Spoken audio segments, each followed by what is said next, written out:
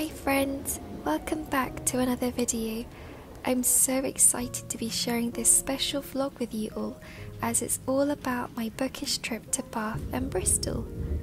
I've been meaning to visit Bath for a really long time now, and so I eagerly awaited my trip to the city with two of my friends during the last week of February.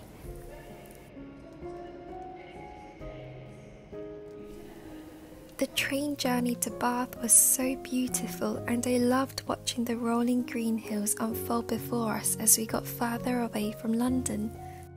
At Bath Spa, we waited for our friend who was coming from Exeter, and I loved watching the seagulls hop about and the cold, crisp and slightly misty air that surrounded us. Our first stop in Bath was a really sweet bakery and restaurant called Landrace. We enjoyed our morning coffee and teas, and I had the yummiest plum jam on toast. Everywhere we went, there were sprigs of daffodils either being displayed in shop windowsills or in the grass outside, and it made me so excited about the prospect of spring's arrival. As we were making our way towards the Royal Crescent, we stepped inside this small gallery called Francis Gallery, and they curate artwork from emerging international artists. This particular exhibition featured work from an artist called Grace Watts.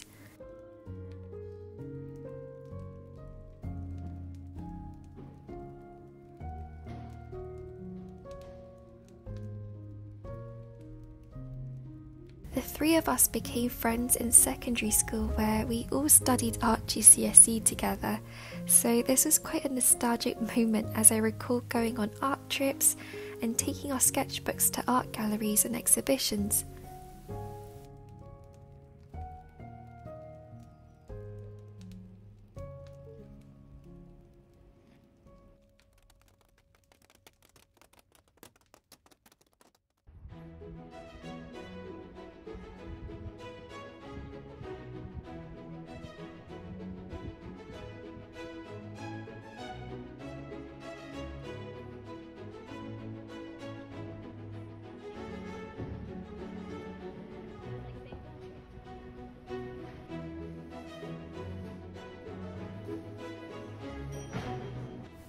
Our first bookshop was one that we happened to stumble upon called Bath Old Books, and it had this gorgeous red shop front that we couldn't help but walk inside.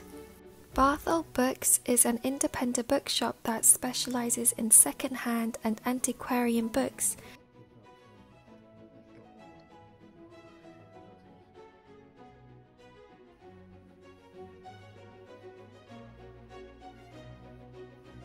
We then walked towards the Royal Crescent, which you might recognise if you've watched Bridgerton before, and the Bath limestone buildings were truly spectacular.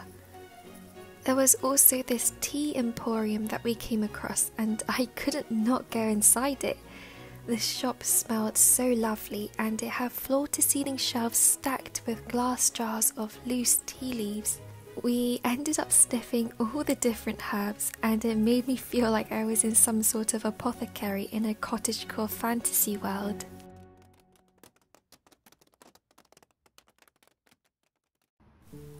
I'm not sure I can describe how adorable this next bookshop was. This is Persephone Books, and it's a publisher home to these gorgeous reprinted books that were previously neglected. We came just before they were about to close, but the booksellers were so kind to let us have an extra few minutes to peek about their selection.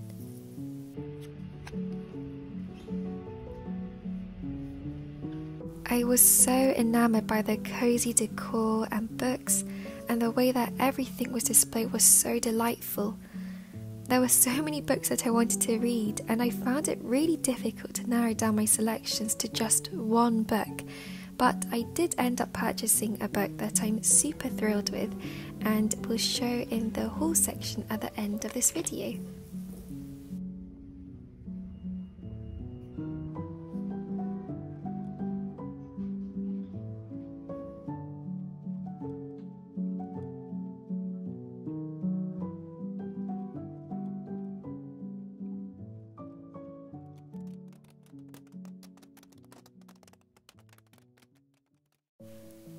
if there was one bookshop that I knew that I wanted to visit when I came to Bath, it was, of course, Toppings.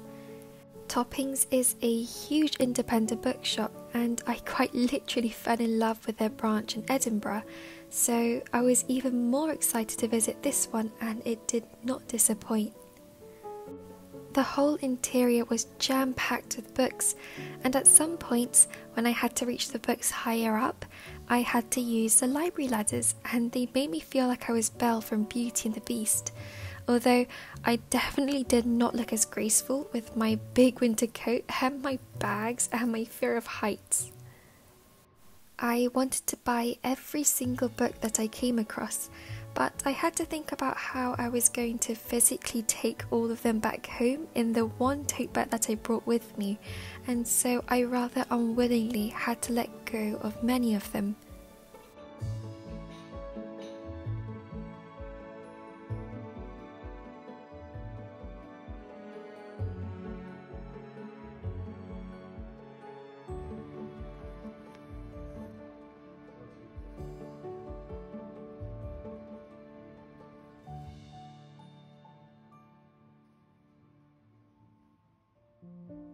We visited during the evening, and so the next time that I come, I'd love to see the exterior of the building in all its glory in the daylight.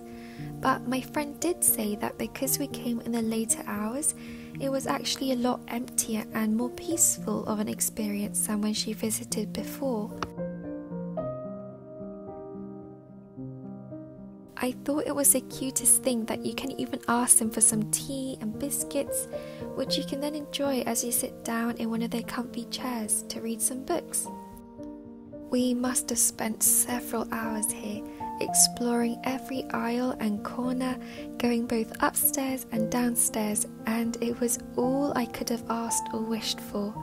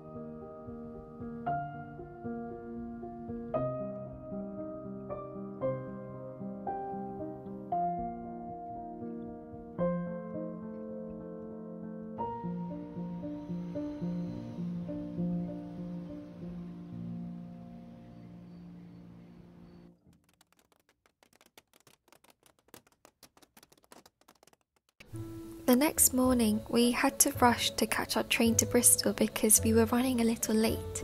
I was so sad that our trip in Bath was so short, but my bookworm heart loved every second of it, and I was also excited to be back in Bristol for a little while, as this is where I studied for university.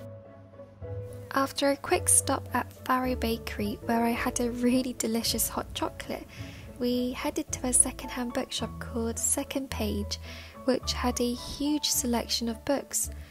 I didn't end up buying anything here, but they did have a couple of books that I would have bought had I not already had copies of them in my collection at home.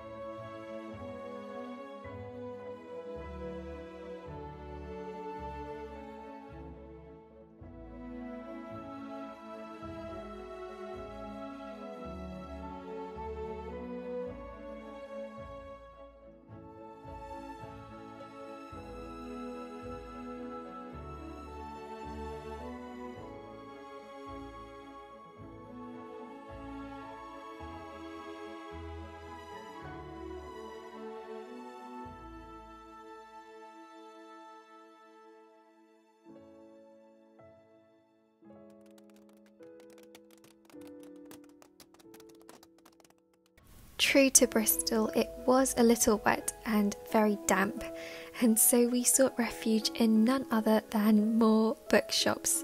We visited Stamford's, another indie bookshop, and we laughed at the shop front when we noticed what it said.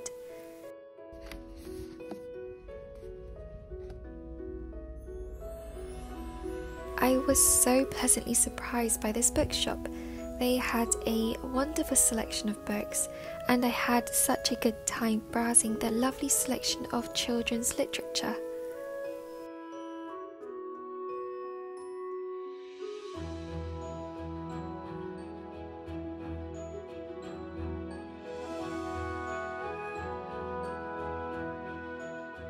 I actually really regretted not purchasing Glow Rushes by Roberto Piomini, and I went looking for it in the subsequent bookshops that we visited in Bristol, but I couldn't find it anywhere, which was really gutting.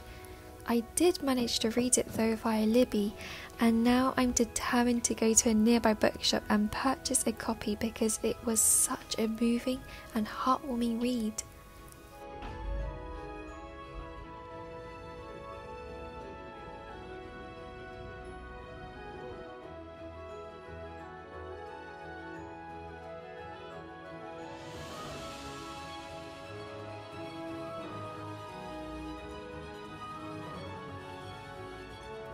This next bookshop that we visited is called The Last Bookshop, and all the books here are £4 or under. During my first year at uni, my halls was about a 5-minute walk from this bookshop, and I had to pass by it every day to get to uni, and so I popped by frequently whenever I was on my way to and fro lectures.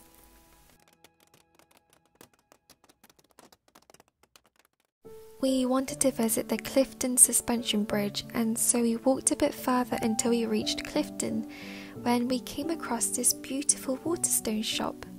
I think this is one of the smallest Waterstones branches that I've been inside, but it was just as charming, if not more charming, than the larger ones.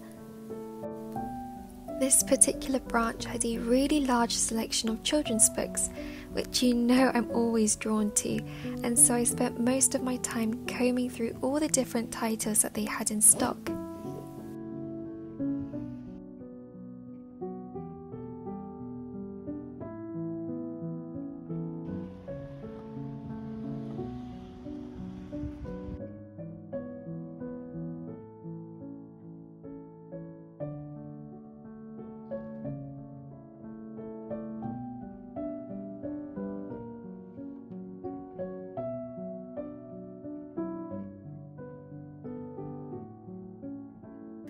And our final bookshop that rounded off our bookish trip was Foyles. I love how each Foyles bookshop has "Welcome book lover, you are among friends" written as you step inside.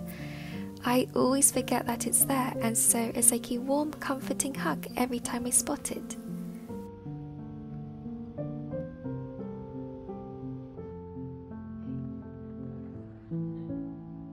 They had these beautiful Studio Ghibli merch that I was tempted to buy, but I decided to hold off on them because I had already bought so many books.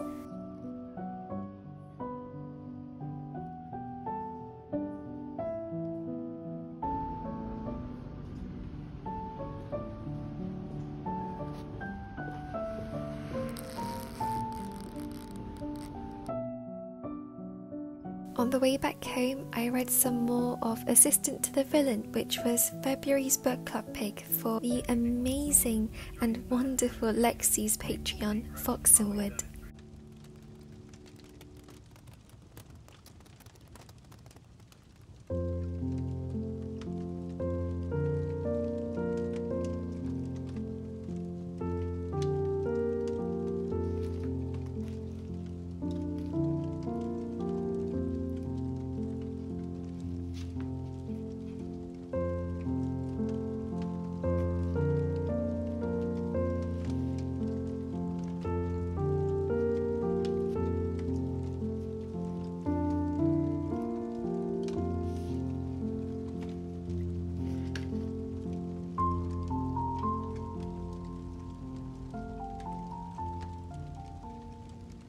Hey friends, welcome back to another video.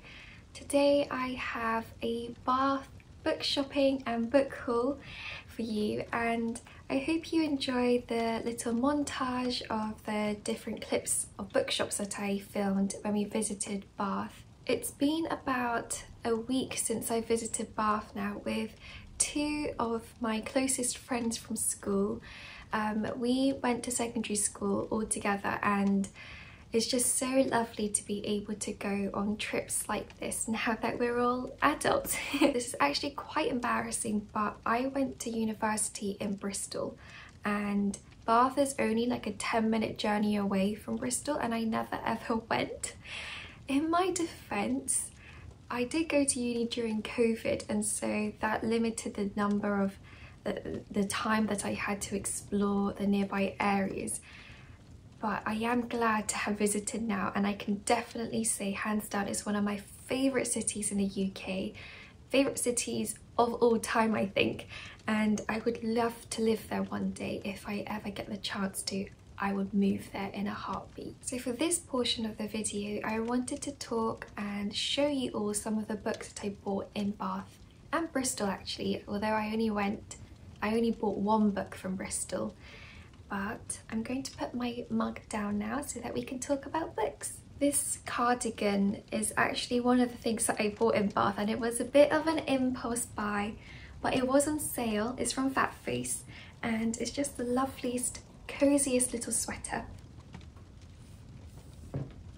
You might be able to guess where we went as our first bookshop in Bath by the beautiful dove grey blue book cover, and we first visited Persephone Books in Bath, and oh my goodness, that bookshop is so adorable. It's so cute. They had little daffodils everywhere because it's almost spring now, and as soon as you walk in, every little inch of the shop was covered in stacks of these blue-grey book covers, and the books were all stacked up together, and it's very small, the bookshop, but it was just jam-packed with gorgeous books, and I fell in love with that shop, and I want to go visit again really soon because it was just such a wonderful experience. But the first book that I picked up was One Afternoon by Sian James. I think that's how you say her name, but I believe she's a Welsh author. If you don't know about Persephone Books already, they're a publisher that reprints mostly women's novels and writings from the late 19th and 20th century, and they do also include some male authors too, but the majority of the selection are from women. This particular book stood out to me because with each book there was a little description of what that book was a bit about, and I believe, I might be wrong and I might be misremembering, but I think it says something about how if you like Jane Austen's novels, you'll like this book too. So this book is titled One Afternoon because I believe it follows a widow called Anna who has 3 children, and her husband passed away, but one afternoon she bumps into a former acquaintance called Charlie, and it's a story of them falling in love. And I looked on Goodreads, and a lot of the reviews really praised this book very highly and said it was a love story, but it's even more than a love story. It touches on other important themes as well. So I'm really looking forward to this book. For each book that you bought from Persephone, you were able to get a free bookmark with it, and you could either choose the corresponding design of the bookmark to the actual inside flap of the book, but I chose to get some different ones because these really stood out to me. I loved this one. This is so sweet. It has some adorable little flowers on a, what kind of blue is this? It's like a very medium washed denim blue, but it's quite muted.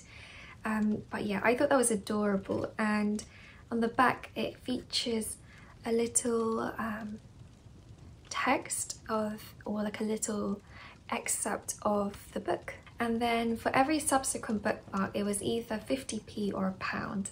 And I chose this gorgeous floral.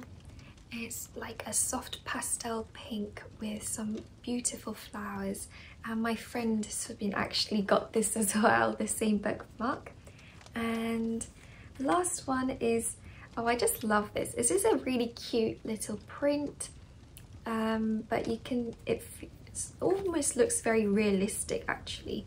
But yeah, I thought that was adorable too. So I think I went for a bit of a blue theme, but I love these bookmarks and I can't wait to use them. I almost forgot to show you, but at Persephone they also offered this little, I guess, sort of leaflet of all the books that they have and all the different designs and who designed them.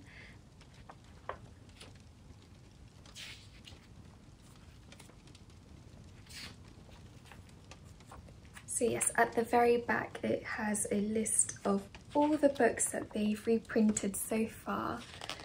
And I think it's amazing what they do, and I can't wait to read more Persephone books. The one that I got is one of their latest public reprintings, and it's number 147, so out of 149 currently. Toppings is where I bought the majority of my books, just because they had such a huge range of books on offer. So let's see. Oh yeah. I was so excited to find some Rebecca Ross books at Toppings, because the different Waterstone shops that I normally visit and other bookshops that I have visited, they stock Rebecca Ross, but it's usually the Divine Rivals duology, which I have for Divine Rivals, and I loved that book so much. But I'm waiting on the paperback edition to be released before purchasing a physical copy, because I prefer paperbacks.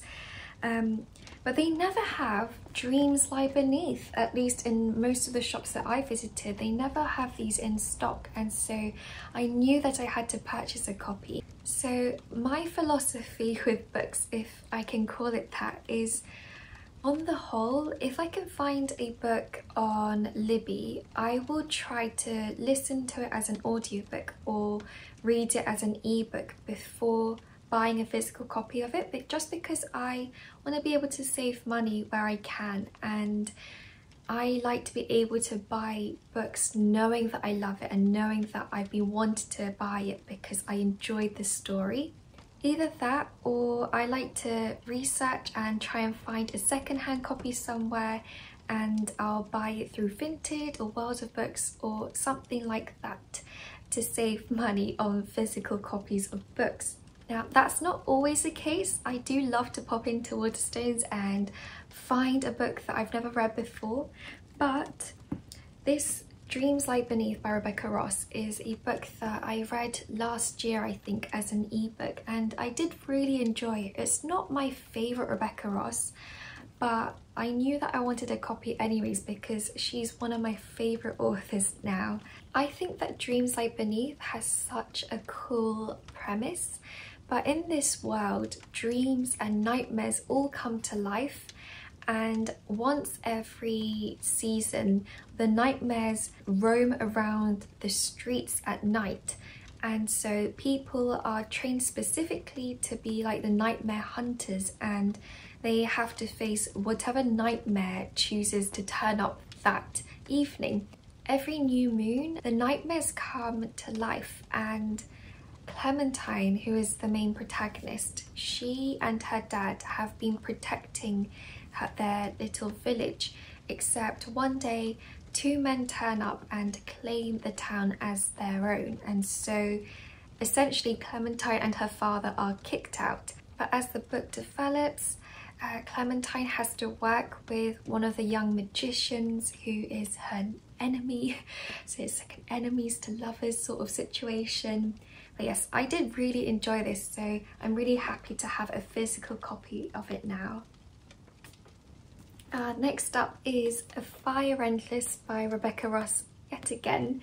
Toppings had a little shelf dedicated to Rebecca Ross. Oh, actually no, sorry, that's not true. It wasn't dedicated to her, but it did have a lot of her books in the YA section. And this is the second book in the, what's the first book called?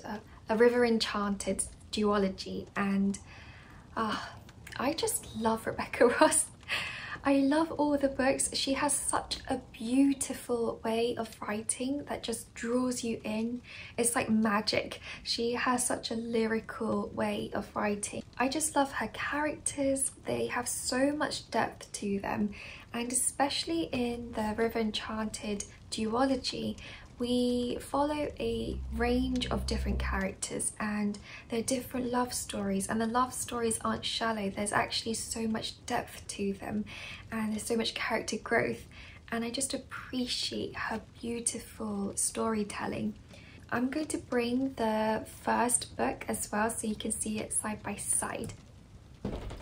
Okay, so this is the first book and this is the second. And honestly, I really love these covers. I love how they are side by side, and I love their spine design too, side by side. It looks really sweet.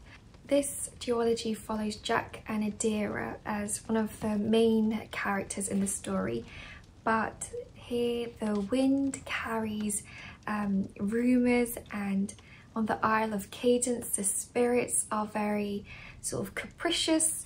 Here the isle is separated into east and west, and Adira is the heir to the east, and the spirits have been acting up and she needs a bard to draw the spirits and to appease them almost, and she knows only one person who can do this, and it's Jack, who is her childhood enemy. And so you see them work together.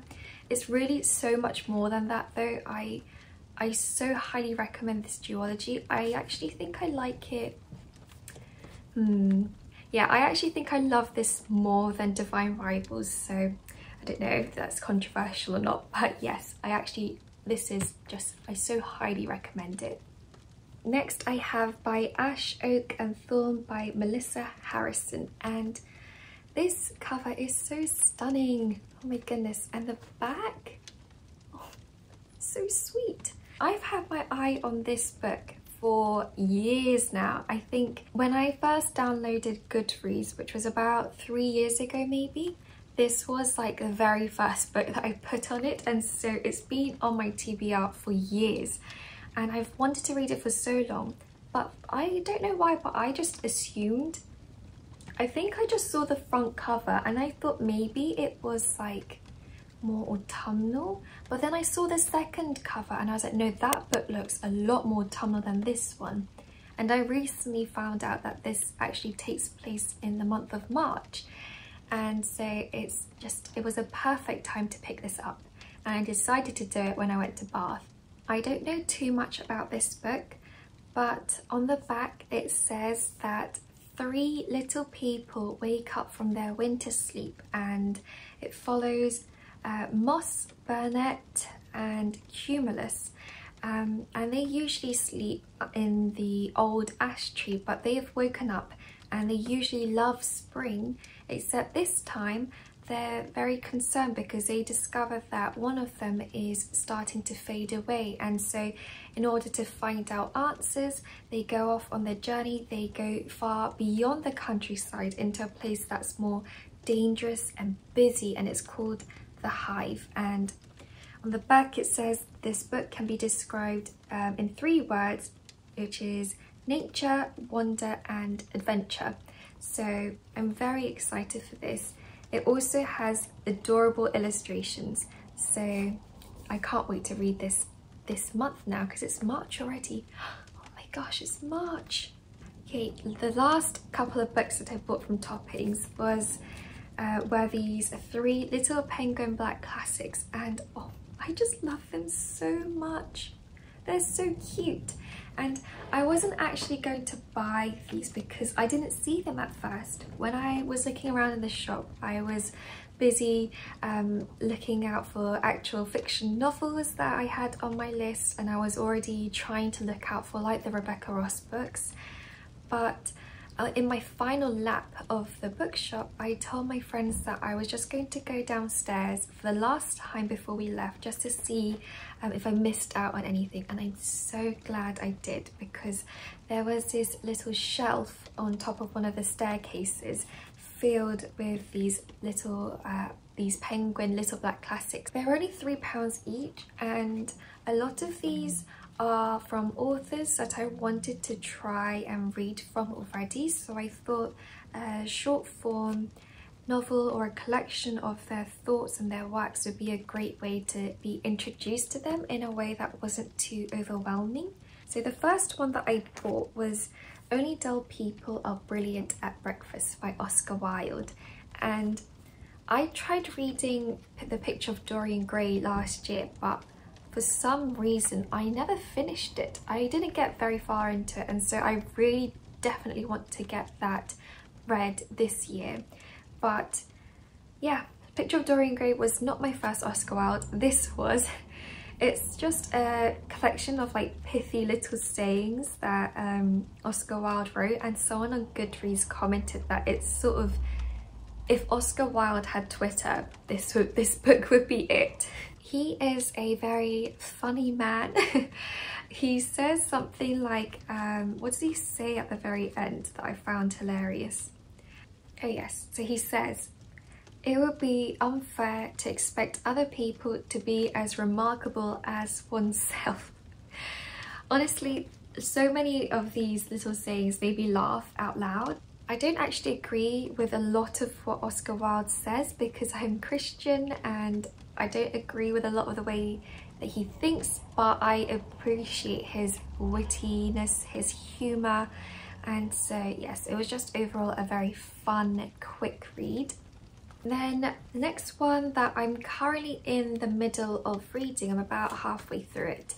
This is The Book of Tea by Kakuzo Okakura, and this is number 112. Oh yeah, Oscar Wilde's one is number 119.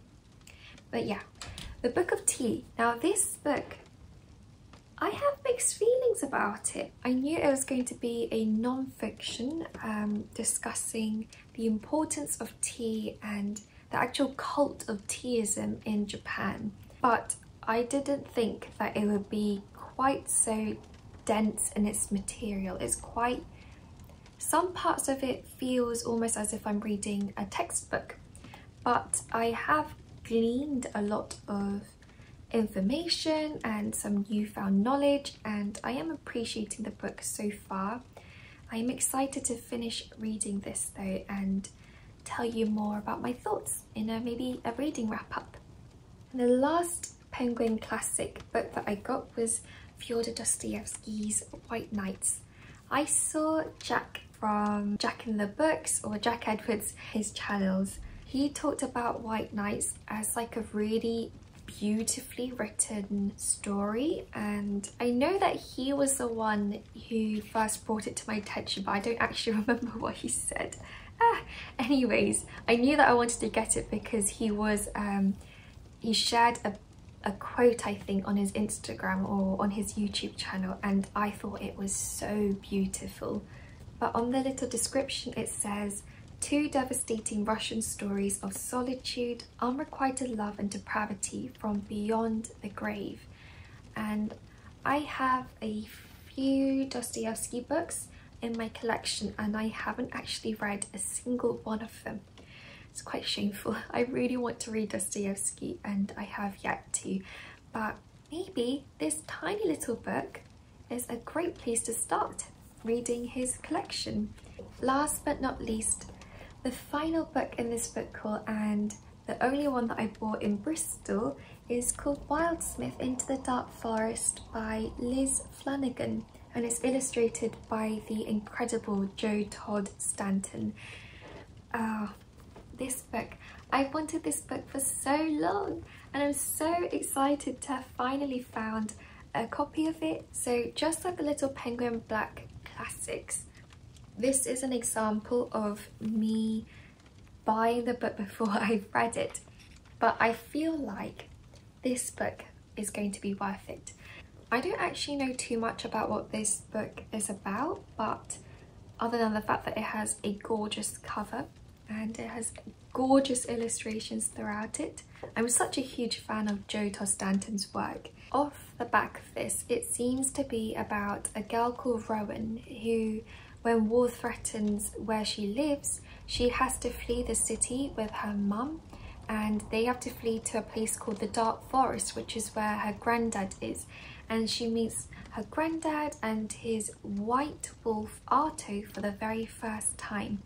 And even though she misses her dad, she ends up making friends with 3 powerful witches. This book also features dragons because Rowan ends up rescuing one from poachers.